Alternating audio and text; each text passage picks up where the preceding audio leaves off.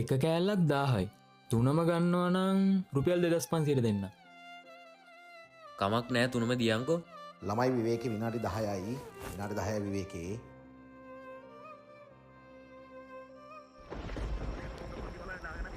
මුත් අපේ science maths වල තියෙන එකක් එහෙම ගියලා කොමර්ස් වලට ඇප්ලයි කරන්න බෑ. ඒක ටිකක් වෙනස් කිරීම වලට භාජනය කරන්න ඕනේ. ඉතින් කාලයක් තිස්සේ මම පොඩ්ඩක් බලලා ඒක වෙනස් කිරීම වලට භාජනය කරා. හරි.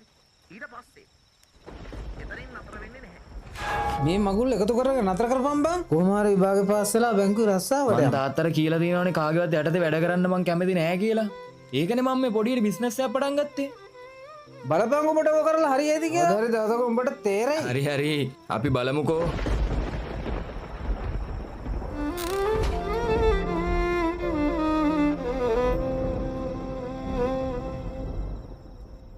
ඔය දෙකම ගන්නවා නම් කීයක් විතර වෙනවද මාමේ? මේක නම් පුතා 8500ක් වෙනවා. 8000කට දාලා රුපියල් 8000ක් විතර වෙනවනේ. එච්චර ලොකු ගාණක් නම් දැන් මන් ළඟ නෑ. පස්සේ ආවිල්ලා ගන්නකල් ඔය දෙක තියන්න බෑද? ඉතින් නම් කරන්න බෑ. බෑනේ. හරි මාමේ හරි මං ගිහින් එන්න. බලපං ඔබට ඔය කරලා හරියයිද කියලා. හරි දවසක උඹට තේරෙයි.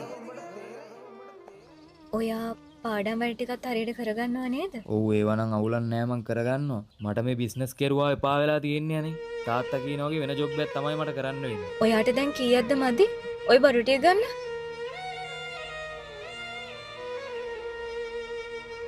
මේ දෙක තියලා සල්ලි අරගෙන ඔයාගේ වැඩ ටික කරගන්න. එපා එපානේ. එතකොට ඔයාට මේක ඉක්මනට බේර ගන්න පුළුවන් වෙයි. Ammalali twadamali ramabana shogawamali karomandika mama mama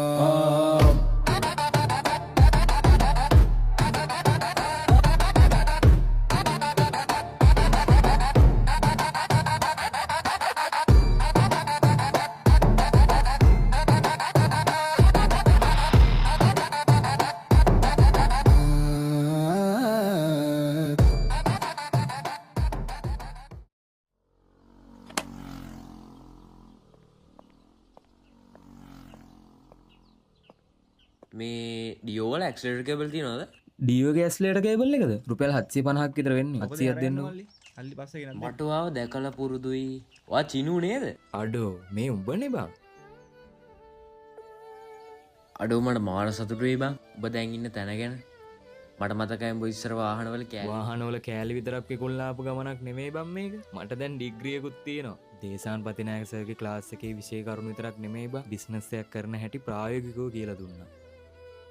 පාඩම් විතරක් නෙවෙයි ජීවිතය ගැන හොඳට කියලා දුන්න ගුරුවරයෙක්. අපේ මල්ලිත් ඕ ලෙවල් වලට කොමර්ස් කරේ. එයාට කියන්න ඕන ඒ ලෙවල් වලටත් කොමර්ස්ම තෝරගන්න. මල්ලිට කියන්න BS වලට දේශාන්පති නායක සර්ගේ ක්ලාස් එකටම යන්න කියලා. අනිවාර්යෙන්ම මම මල්ලිට කියන්නම්.